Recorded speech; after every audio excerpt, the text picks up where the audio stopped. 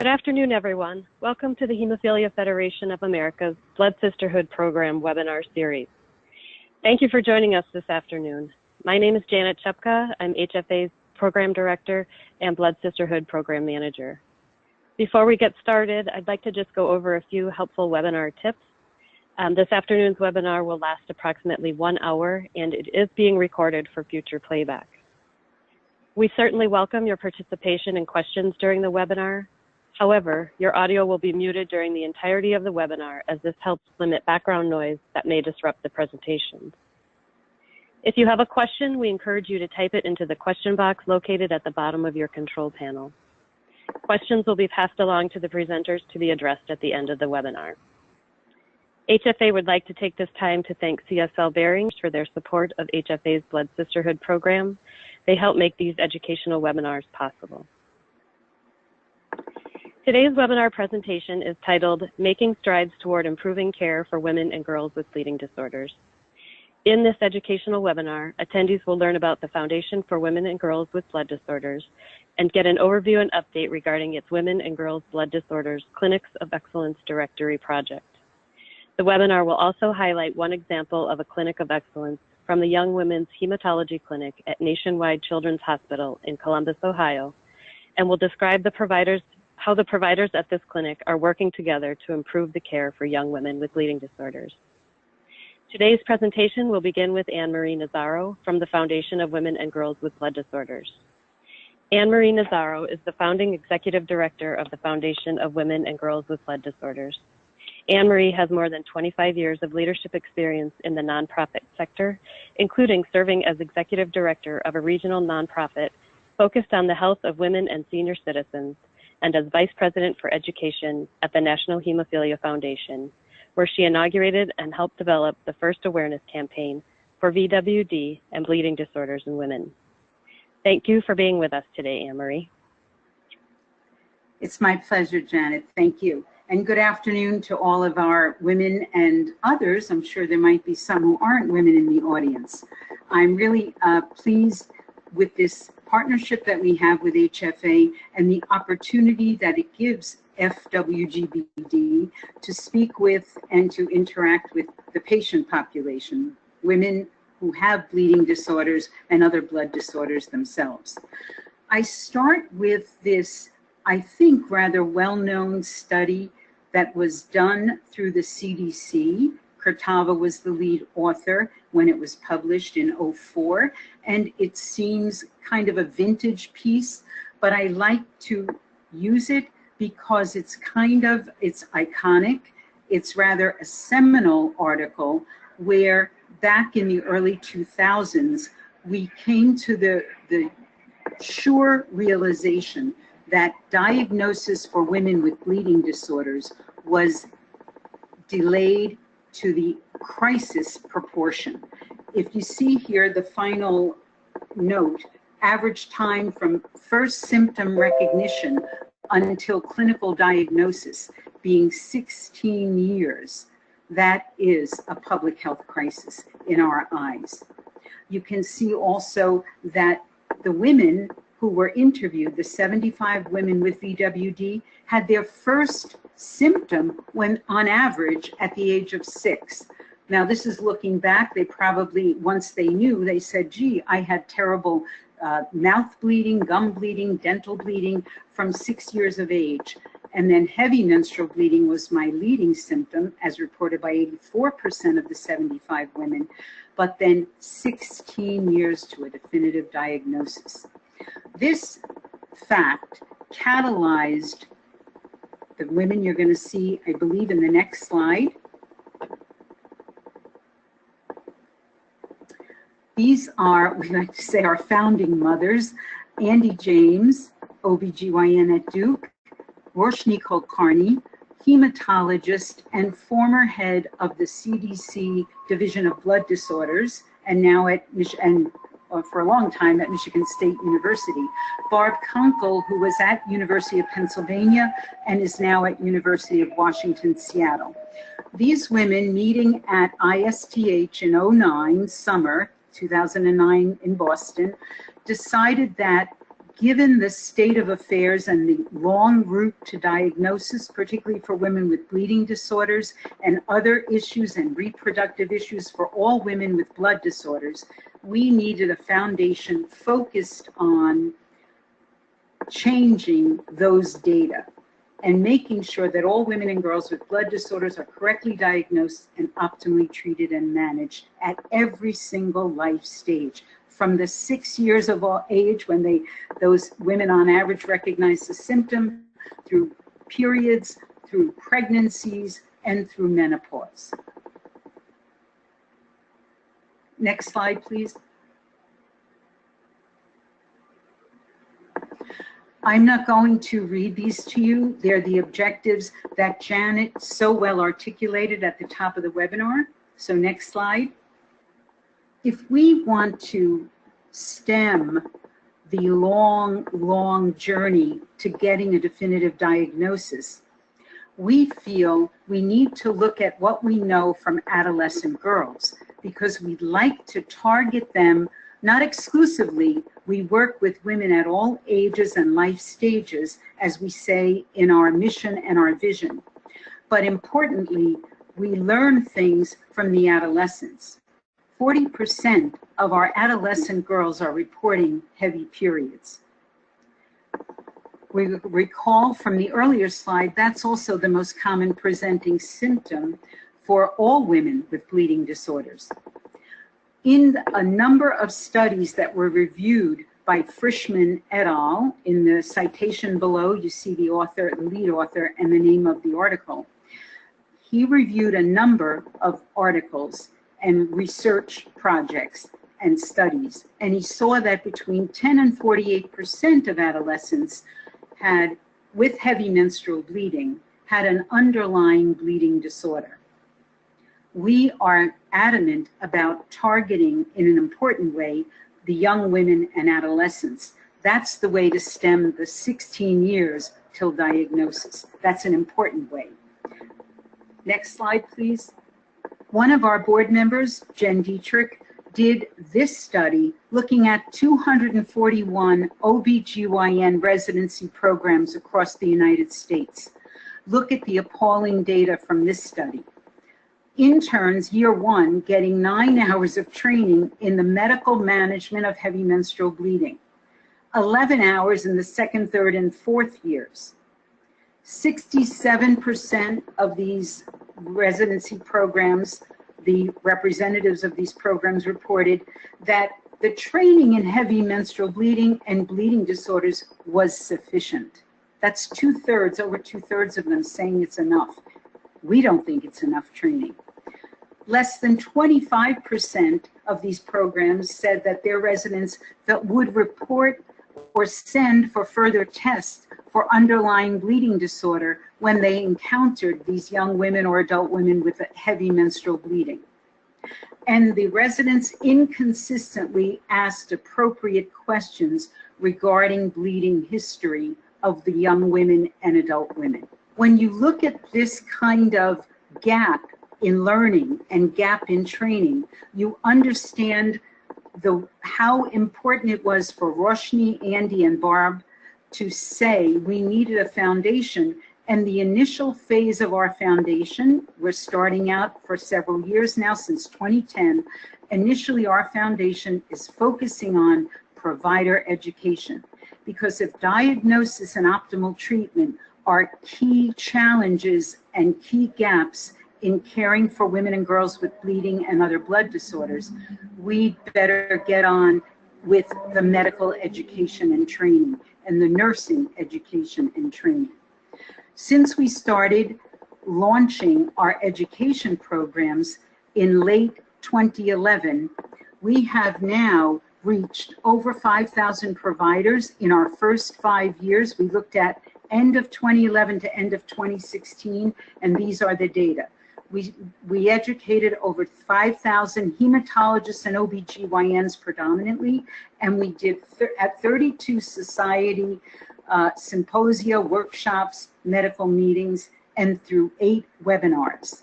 We're way up beyond that now, but these data are taken, as I said, for our first 5 years, 2011 through 2016. In addition to going to the American Society of Hematology, the North American Society for Pediatric and Adolescent Gynecology, and other important national society meetings, FWGBD has begun to create its own meetings around important topics to educate and train providers and change health outcomes for women with bleeding disorders.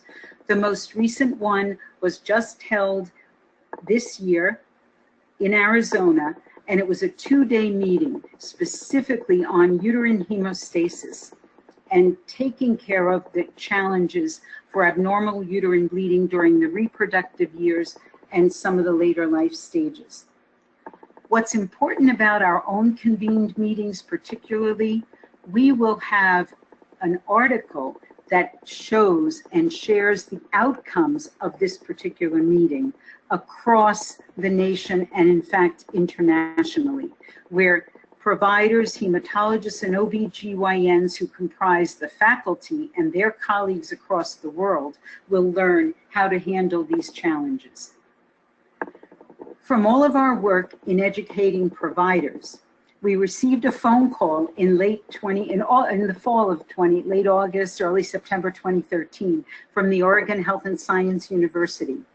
Michael Recht and his new hire, Dr. Christina Haley, were seeing a lot of women in their HTC, their hemostasis, hemophilia, thrombosis clinic, or center, HTC as we call them in the abbreviation.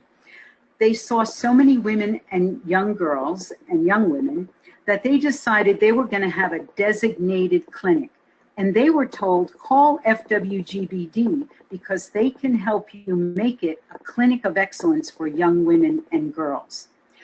That was the impetus for us beginning this mechanism for connecting the centers that wanted to be clinic of excellence with the established centers that had been serving women and girls for a long time, and many of which had a designated clinic. So we had the mechanism that our education director, Kerry Funkhauser, whom you're going to hear from soon, and our board member, Leslie Graham, knew about this methodology for connecting different entities so they could collaborate on learning. The Learning Action Network, and ours is the Women Girls Blood Disorder Learning Action Network, it brings together healthcare professionals around a specific project or topic or agenda focused on getting outcomes. It harnesses collaboration and it does all of the things you see here. They are very, very focused. The newer centers like Oregon Health and Sciences, SPOTS, DOTS, and CLOTS Clinic for young women and girls, and the established centers like the one at Baylor College of Medicine and the one at Nationwide Children's that you're going to hear from and hear about very soon. We harness the established with the newer centers and the exchange of learning, taking common practice and making it best practice. That's what we're focused on, and creating clinics of excellence across the nation that will get us to our vision: early diagnosis and optimal treatment for women and girls with bleeding and other blood disorders. Here's what has happened just since the fall of 2013, where 7 members were in our Learning Action Network, and you can see Oregon Health and Science among them because they were kind of the catalytic. I guess I don't see them here, but they were one of our early, they were the first by giving us the idea to have it. Oh, here it is. I'm sorry. It's just the initials, Oregon Health and Science University, which became SPOTS, DOTS, and CLOTS Clinic. Now we have 63 members across HTCs, and the 63 members are working out of 43 of the 140 HTCs. That's 31% now in our network, trying to improve and optimize the kind of care they deliver for women and girls. I wanted to share with you the amazing outcomes in just the short period of 2013 to early 2017. 13, if you count these up, 13 new designated clinics for young women and or adult women with bleeding and other blood disorders have been established since we've been working through this mechanism of Learning Action Network, late 2013 to early 2017. We think that's value added for all of you in the audience who are women or young women with bleeding or other blood disorder, and for the many more we are serving across the country. I'm going to now invite our Dr. Carrie Funkhauser, our Director of Education, to continue with our discussion. Thank you, Anne-Marie. That was great. And thank you, everyone, for joining us today.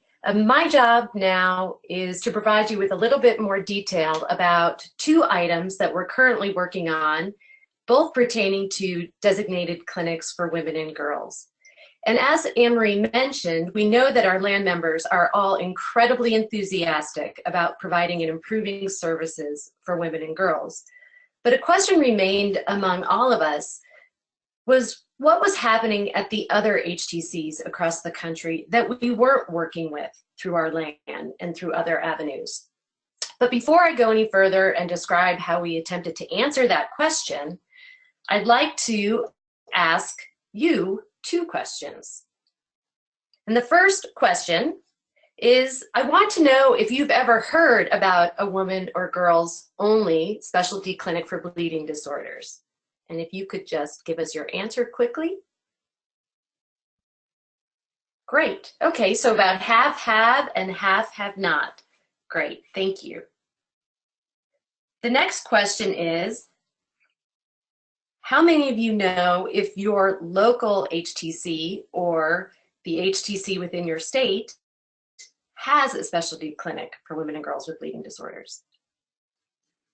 Okay, so about 78% are not sure if there is one, and 22% do know of one. So wonderful, thank you.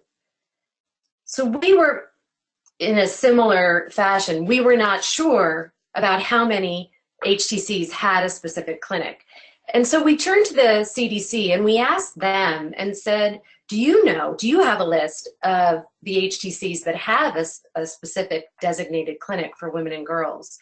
And they said, gosh, we don't have a list like that. And we don't have anything written down. And we said, well, we'll take care of that. So in November of 2015, we set out to interview every HTC within the federally funded HTC network, which is now 140 centers, to find out what types of services they offer women and girls and whether or not they have a designated clinic. One of the first things that we saw and found was that 25 of the 140 do have a designated clinic. And you can see on this slide what I mean by a designated clinic is that it is a specific clinic, specific bleeding and or blood disorder clinic that is open at specific times and or days and sees only female patients at that time. So out of the 25, 7 of them offer care for both women and young girls, 16 offer care for adolescents, and 2 offer care for adults only. And there were some other interesting things that we found as we did these interviews. We found that 11 plan to designate a clinic within the next 18 months of our survey. And we have found that several of them have actually followed through and created that clinic, as Anne-Marie alluded to before. 40 of them actually offer services or outreach clinics, maybe not a designated women's only clinic, but they offer services outside of their main facilities location, which is so important because many HTCs are located in areas that many women cannot get to. So to be able to access services close to home is so important and so important to the care of women and girls. One of the other things that we found very interesting and resonates with a lot of the research that has been done is that 92% of the HTCs that answered our survey said that the most common condition that they see is HMB, or heavy menstrual bleeding or heavy uterine bleeding. Some of the other conditions that they commonly treat among women and girls at the HTCs are prolonged menstrual bleeding, deep vein thrombosis, dysmenorrhea. They also monitor and care for women during their pregnancy, and they also treat ovarian cysts.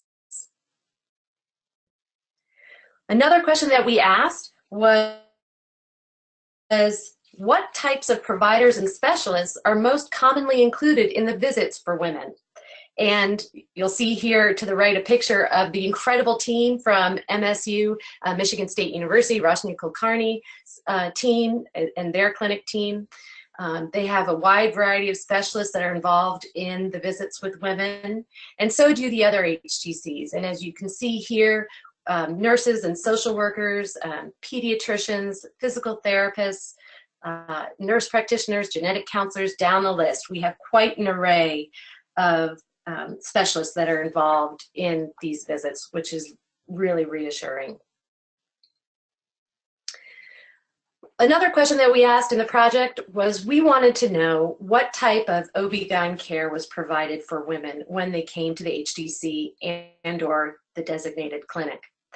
71% or 75 of those that answered said that they offer access to specialized care outside of the clinic. They may not be able to offer it within the walls of their clinic, but they have it there on their campus. 14% said that they are able to offer it and outside the walls of their clinic or HTC, which is really exciting.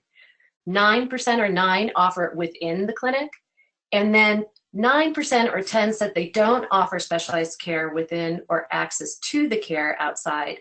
But many of them wrote comments saying they are working on those relationships. They do have a place to refer women, and so they are working to get something more in place, which is very reassuring. So what we did with all of this information is we created a directory, and you can find this directory on our website at fwgbd.org/clinics. On the main page of the website, if you were to scroll down, you will see a bottom of the page, and you'll see a search button. And if you're looking to see about more information about the HTC within your state or location, you click on that search button, and it will bring you to this screen here, where you're able to refine your search either by a clinic name, by a city, and or state. And for an example, I've placed Texas as the state where I'd like to search, although I live in Idaho. We're gonna look in Texas. And when I do that, what comes up are all of the centers that have answered our survey. Some of them, again, only 121 have answered currently. So there are a few that haven't answered, but we will get them all. But for right now, there are 4 within Texas that offer services. And I've decided to look at one in particular, the Children's Medical Center in Fort Worth, and actually at Texas Children's Hemostasis Thrombosis Center, I'm sorry, at Baylor. And this is the information that they have provided to us. They do offer a clinic for adolescent females, and they offer it twice per month on Tuesday and Thursday. They've given us the hours that they offer that clinic. They also tell us what eligibility requirements are in place to be seen at that clinic. So women and girls with heavy menses who need evaluation, those who have identified bleeding disorders already, and then women and girls with other blood disorders as well. They also list the services they provide during their visits or access to those services outside of the combined clinic visit. And then they also talk about the type of OB/GYN care provided. We also will provide a phone number and a website if that is available to us, and we will share that with you. So all of this information is available for you in this directory on our website. One thing I need to make clear is that we don't state if a center is excellent or if a center is poor. We do not rate the centers. We are just providing the factual information that is given to us from the HTC. But we do want to know a little bit more about clinics in general and what makes a clinic of excellence.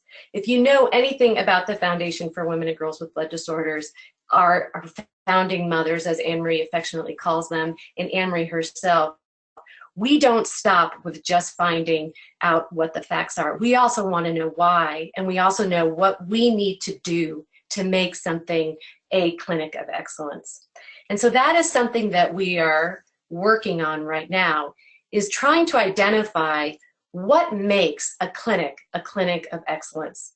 And our definition of a clinic of excellence right now that we are working with is that it is a center that has a combined approach of offering guidance to others who are interested in approaching care from a common background, where the most common denominator is heavy menstrual bleeding. And what I'd like to ask you right now, if you wouldn't mind just typing it in the chat box, I want to know from you, the audience, what you think the biggest element or elements are that would make a designated clinic for women and or girls a clinic of excellence. So if you feel like chatting, putting those in the chat box, that would be great. We've worked with our land members as well as our board members and our extensive list of professionals that we work with on webinars and other programs, and asked them to help us identify what the core elements are of a clinic of excellence for women and girls with bleeding disorders. And in working and in talking with them, they have been able to help us hone a model of what this clinic should include. And what I'm showing you right now is a really, really important, albeit simple slide.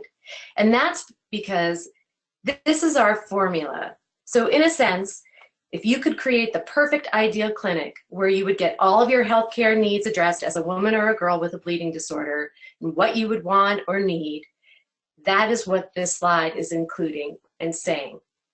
It shows the combination of services and attributes that our experts feel are needed in order to provide or to ensure that women and girls with bleeding disorders get the proper care that they need.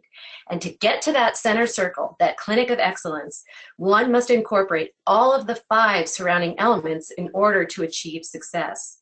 And what's really important about this diagram is that there are hundreds of things that lead to that center circle. And each little circle, each of these specific elements, are those that were identified as making the most difference on that ultimate outcome. So it is these things that give the greatest amount of variance within a clinic and are the things that contribute most to hitting that circle. And amongst these 5 elements, some of them are indeed more powerful than others. And because of time, I'm just going to highlight a couple of those for you. And the first one I want to highlight is this top center circle, the top of the model. And that refers to the marriage of the OB-GYN and the hematologist, or the adolescent medicine provider and the hematologist. I am sure I don't have to tell you about the frustration one experiences when we go to see a provider about one condition and have to wait for a long time to then only be immediately referred to another specialist because the first one cannot answer our questions or help us with this issue or address it alone. So by offering this cross-disciplined, multi-specialty care in one setting provides an amazing and a very much needed opportunity for women to get the medical care, that holistic care that they need. It's fundamental to the success of a care for women and girls with a bleeding disorder, and hence is one of our core elements for a clinic. The second core element is the collaborative care team. That's because we need these other critical members of the HTC team. And luckily for the hemophilia community set that incredible example for this type of collaboration years ago when they went to Congress and said, you cannot take care of us properly if you don't give us the cross-discipline multi-specialty care in one setting. And that's what happened back in the 70s, and that model that was created became a model of excellence for others to follow. And women with bleeding disorders, women are very, very lucky that they can be part of this treatment center network and have that collaborative care. The other elements are very crucial as well, Assessment, obviously ongoing assessment is important. It's important for patients to be able to express if they're satisfied in the care that they are getting, they're getting timely care. Also clinical outcomes regarding patients, are their lives improving? Are they getting better because of what we give them in the clinic or from our services? And as providers, screening, are we screening appropriately and in a timely fashion? Are we getting patients to the right clinics and to the right specialists? All of those things are important to assess and look at those outcomes. And ongoing education and continuing education is crucial so that we continue to educate not only providers within the institutions where we work, but also community providers. So they're aware that the clinics are there, that these services are there, that they know where to refer these women and girls. And so that's a very important piece of the puzzle, as well as continuing to do research to improve the outcomes, to enhance and create a center of excellence for women and girls. Moving that model into what women need and adding that element of reproductive health professionals, we are now seeing in the literature that comprehensive multidisciplinary clinics for women and girls are being recognized. For example, this just quickly, in hemophilia, one of our land members, Dr. Aisha Zia, who moved from Detroit to Texas, the University of Texas Southwestern, wrote about her experience of setting up a clinic. And when she got to UT Southwestern, she immediately went to her division chief and said, you know, we serve young women and women with bleeding disorders, and I want to start a clinic just for them. And the division chief said, well, you show me how it's done, you make it work, and I'll let you keep it. So she did it. And this article describes what she did to do that. And in the same journal article, Dr. Barbara Conkle, one of our founding mothers, was asked to review Dr. Zia's article and wrote a commentary about it. And what she wrote was this paragraph here, that women and adolescent females with bleeding disorders have unique healthcare needs which are not uniformly met by their healthcare system, including specialized bleeding disorder programs. And attention to these needs of these women and girls and the development of designated clinics directed to their care, as described by Zia and colleagues and supported by the Foundation for Women and Girls with Blood Disorders, is an effective and promising way to meet the needs and improve the outcomes for female patients with bleeding disorders. And I don't like to read that, but it is a very important statement. And so we encourage you to take a look at that commentary and article. So the last thing, and what I want to close on before I turn the slides over to Dr. O'Brien, is that I want to point out that these clinics may vary from site to site. They may vary to how they look, and they may vary to how the services are provided and which services are provided. However, one thing is very certain, and that is that clinics of excellence will have the core items identified from our model. So with that in mind, I'd like to introduce you now to two extremely talented and wonderful professionals at Nationwide Children's Hospital in Columbus, Ohio. Both are the co-directors of the Young Women's Hematology Clinic. Dr. Sarah O'Brien is an associate professor of pediatrics in the Division of Hematology Oncology at The Ohio State University. And Dr. Farida Hamid, who is an assistant professor of pediatrics in the Division of Adolescent Medicine at The Ohio State University, will speak after her. They're going to spend a little time now introducing you to their clinic and how their multidisciplinary approach makes it much more straightforward and allows for a better patient experience and better patient outcomes. Dr. O'Brien. Thank you. It's a pleasure to be here today. I'm going to talk a little bit about, again, building the case for why these clinics are so important from the physician perspective. And then Dr. Hamid is going to talk more about the nuts and bolts of how we run our particular center. So next slide. Just some more information about creating the case for a multidisciplinary clinic. And next slide. Quite simply, one important reason is that our population continues to grow. We continue to have more women in the United States, more young women in the United States, so more patients to be seen. And the primary goal of the Foundation for Women and Girls with Blood Disorders, or one of the primary goals, is to increase awareness of women and bleeding disorders and the importance of considering bleeding disorders when evaluating heavy menses. So if we do a good job and fulfill our goal, hopefully we have a lot more patients seeking our care, and we need to have places for these patients to be evaluated and treated. As Anne-Marie mentioned, bleeding disorders are common, particularly mild bleeding disorders. And out of all of the women who present with heavy menses, up to 20% of those women can have an underlying bleeding disorder, which is a pretty high number. And the point I want to highlight on this slide is the variety of physicians who see women presenting for the first time with heavy menses. We are in the process of writing up a study at our center looking at just this across the United States. And it's pretty amazing how equally it's divided up. Young women are as equally likely to show up in their pediatrician's office for the first time, in internal medicine doctor's office, family practice, gynecology, or in the emergency room, which is where we hope they're not coming for the first time. But it was almost equally divided between all of those practitioners. We have a lot of physicians that we need to educate about women and bleeding disorders.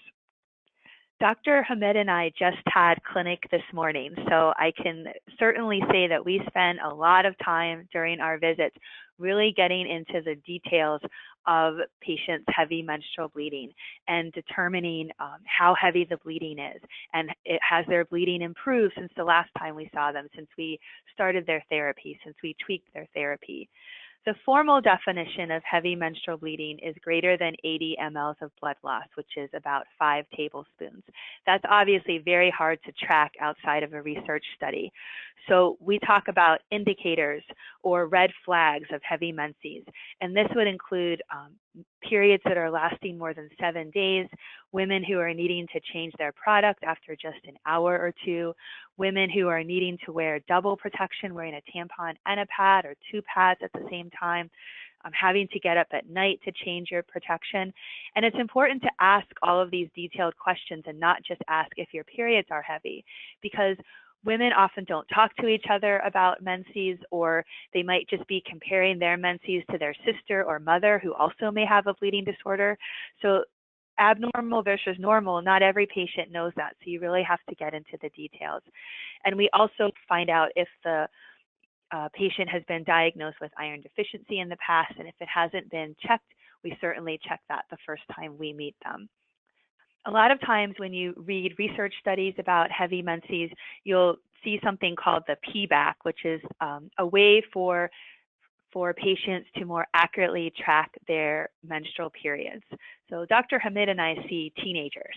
So very few teenagers are able to sit down in the office and fill this out for us from memory. And most of our patients are on their phones all the time. So we've moved from this more to publicly available apps that are available on phones so that girls can track their menses and be able to give us more detailed information at the next visit. As Dr. Nazzaro mentioned, heavy menstrual bleeding is a very common problem. In one survey of teenagers, over a third reported heavy menstrual bleeding. And I think that one of the barriers that we face as pediatricians is a lot of times if there's heavy bleeding during the first year or two, that's often dismissed as, oh, it's an ovulatory bleeding, their hormones are still learning to talk to each other. But what physicians and patients need to understand is that women with bleeding disorders also have anovulatory bleeding. Typically, women with bleeding disorders, their periods are at their heaviest when they start, and then at the end when they're going through menopause. So it's important not to dismiss young patients with unusual bleeding just because they have recently started their menses. We also have several studies that have shown that heavy menses affects quality of life in teenagers. And certainly this is something that Dr. Hamid and I see in our clinic, that girls are missing school because of their heavy menses. They are not participating in gym class. It's difficult for them to participate in sports. They may avoid some social activities, and they have a lot of anxiety about having leaks at school, having to leave school early, etc. And one of the important questions is, what are the barriers to seeing a hematologist? Why don't we see more of these patients? Why does it take so long to diagnose women with bleeding disorders? So one fact I just mentioned is that patients and their parents may not recognize that their menses are abnormal. Gynecologists see lots of women with heavy menses, and there can be many causes for heavy menses. And the most common therapy we use, which is hormonal contraception, can treat heavy menses almost regardless of the underlying cause. So we need to make sure that we're not just treating the heavy menses, but understanding the reason behind them, because that impacts the care a patient may need to receive during pregnancy or surgeries, et cetera, if there's a bleeding disorder as the underlying reason. And finally, we have a recognized shortage of hematologists for these patients to see. So even if a general practitioner recognizes a problem, they may not have access to a hematologist.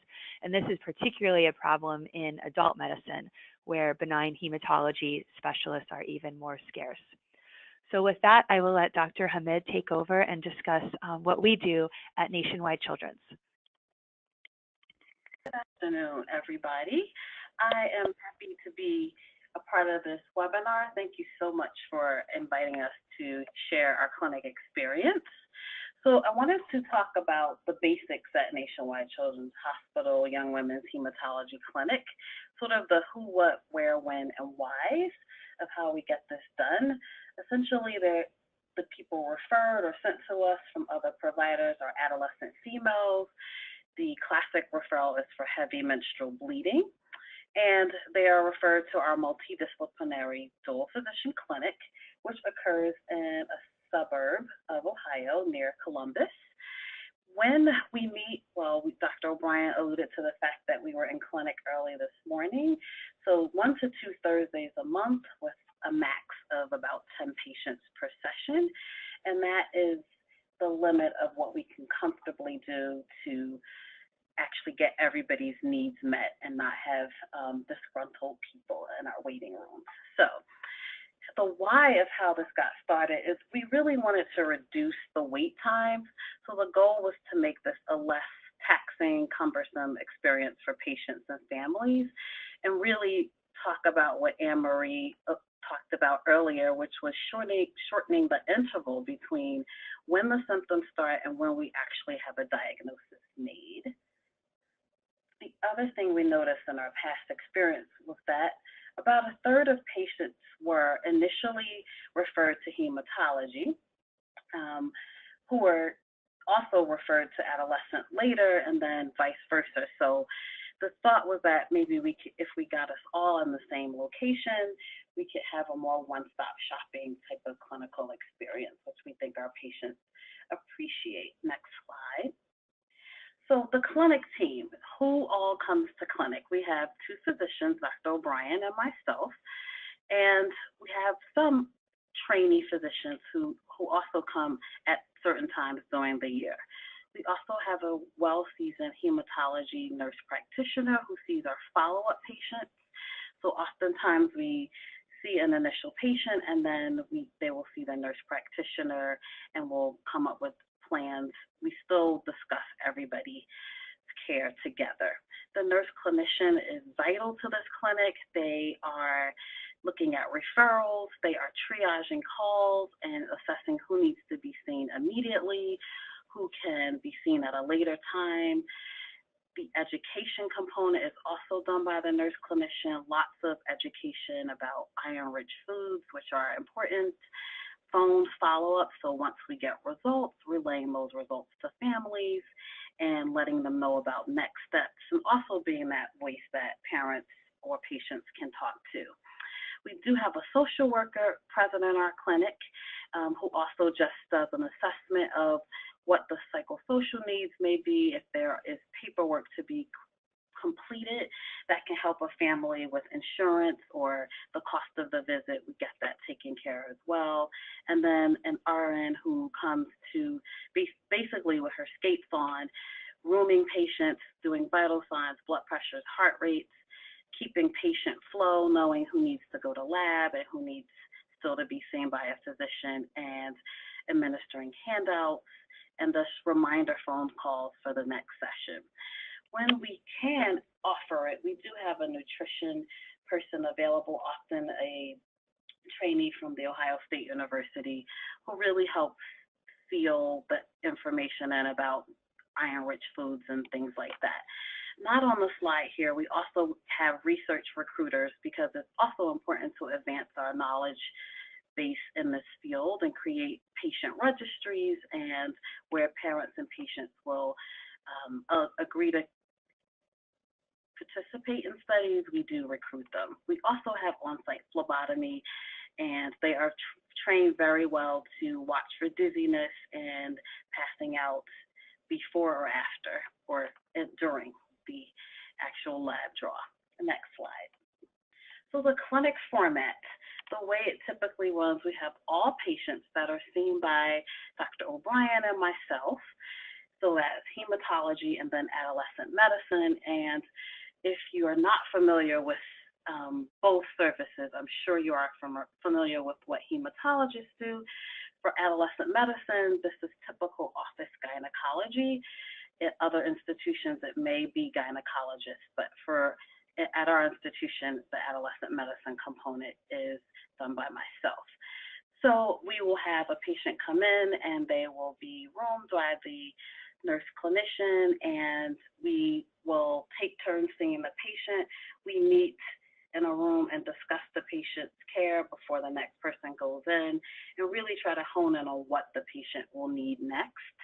And the follow-up visits are seen, as I said before, by our nurse practitioner, and if need be, by myself, to sort of tweak what is necessary for care or figure out the next testing to be done.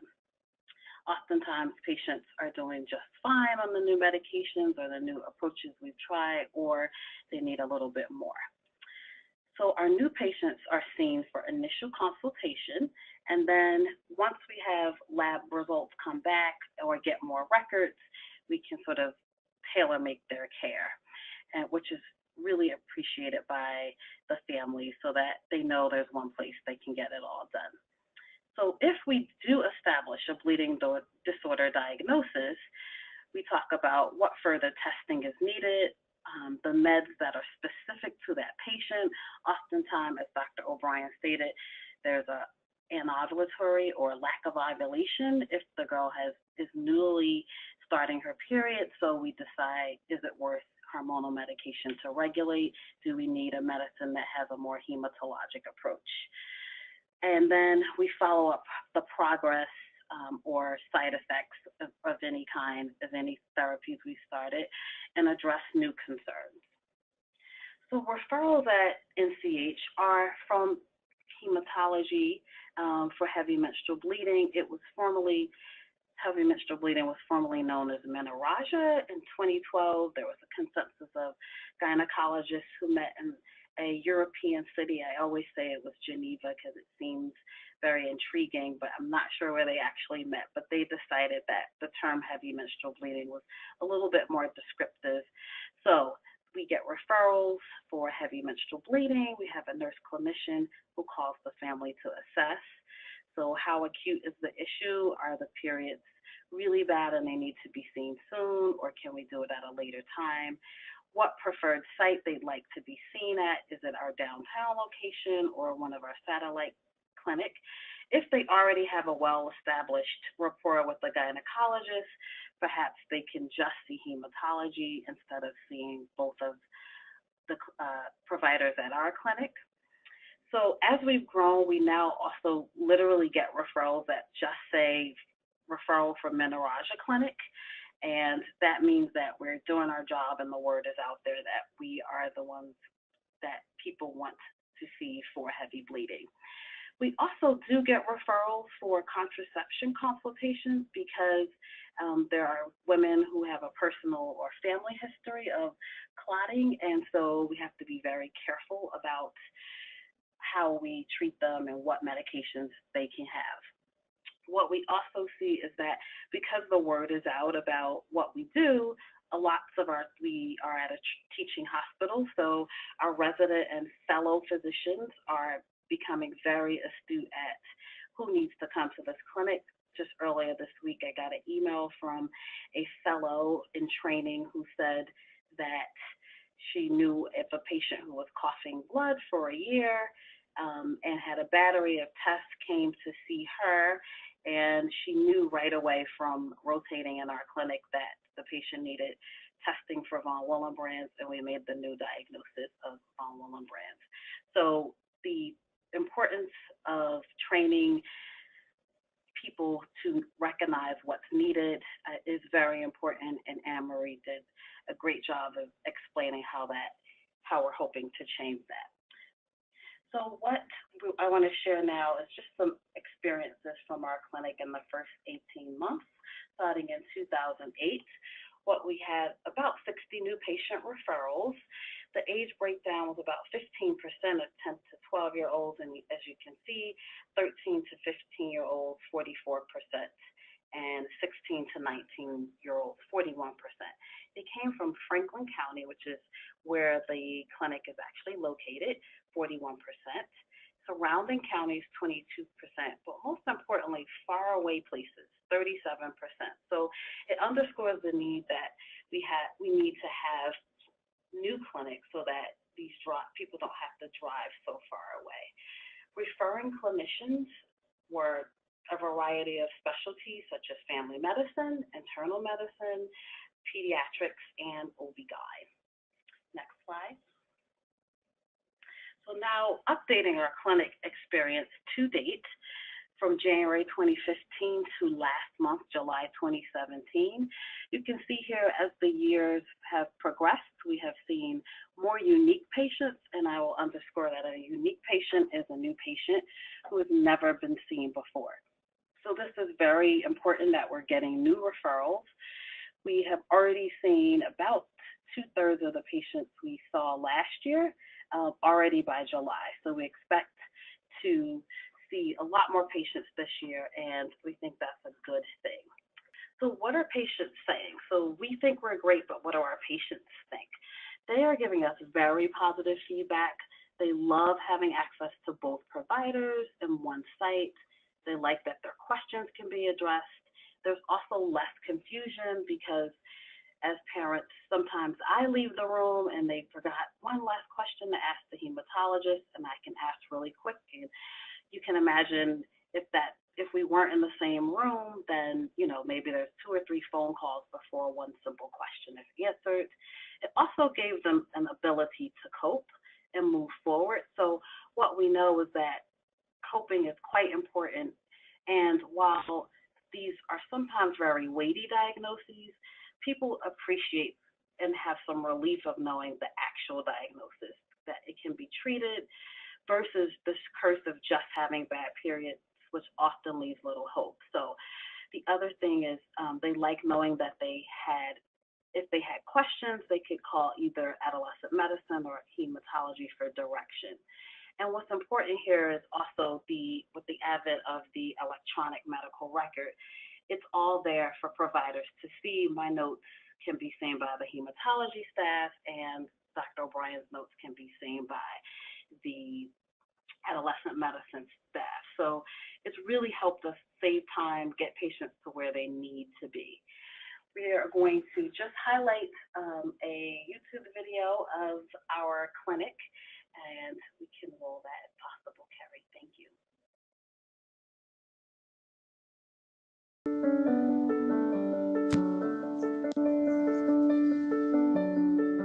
I'm here for a follow-up appointment. Yes, right here. Last year in August, I had a bleeding problem. I couldn't stop bleeding. They realized that my blood count was down at a 6 when it should be up at a 12.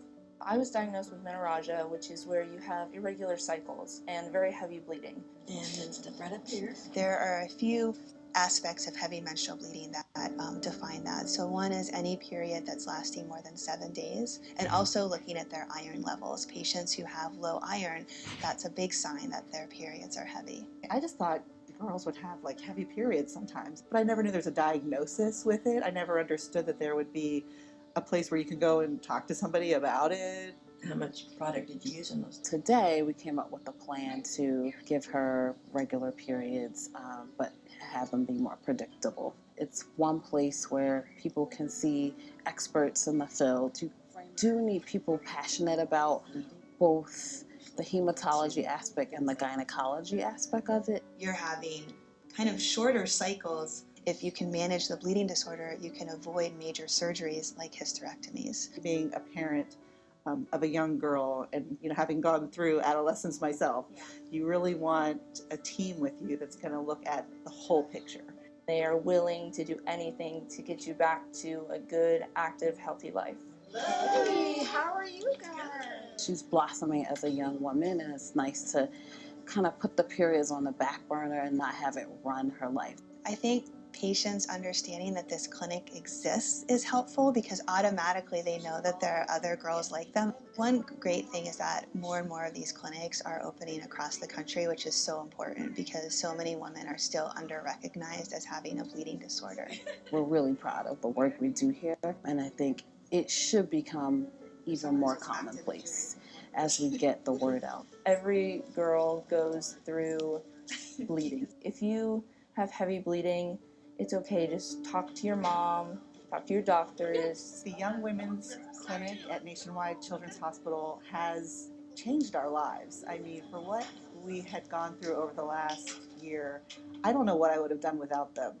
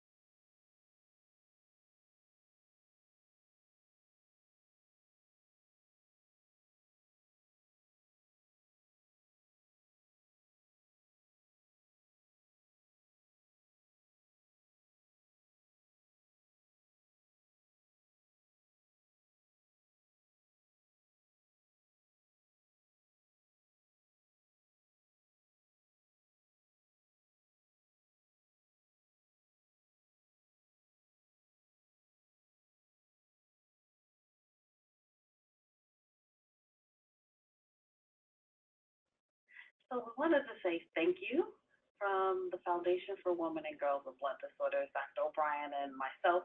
Thank you all for your attendance at this webinar, and we appreciate the opportunity to spread the word. And it is top of the hour, so I guess we'll go ahead and wrap up. And again, I just want to thank you to all of our presenters for your time today and for your insightful presentation. And thank you to all of our attendees too for joining in this afternoon. Just a reminder again, this webinar is being recorded and we will make it available shortly on HFA's website via our resource library and also on our YouTube channel. If you do have any questions, please feel free to contact webinar@hemophiliafed.org, or you can simply reply to the webinar confirmation email you received.